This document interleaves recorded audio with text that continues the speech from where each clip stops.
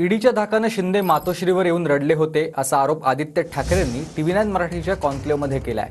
तर मी रडणारा नाही लढणारा आहे असं म्हणत शिंदेंनी आदित्य ठाकरेंना प्रत्युत्तर दिलेलं आहे. तसंच पोराटोरांचे प्रश्न विचारू नका असं म्हणत शिंदेंनी आदित्य ठाकरेंना टोला देखील लगावलाय. आमचं सरकार होतं जे संविधानाप्रमाणे चालायचं आणि काहीतरी चुकीचं केलं असेल तरच मनात भीती असते, नाही तर भीती नसते कोणाच्या मनात.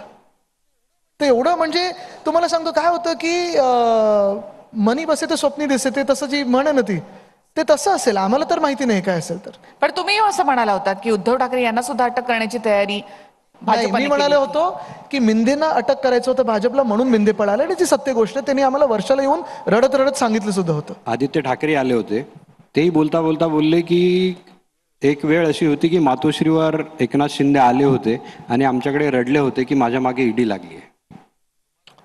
तुम्ही सांगा मला, तुम्हाला मी रडणारा वाटतो? हा रडणारा नाही, हा लढणारा एकनाथ शिंदे आहे.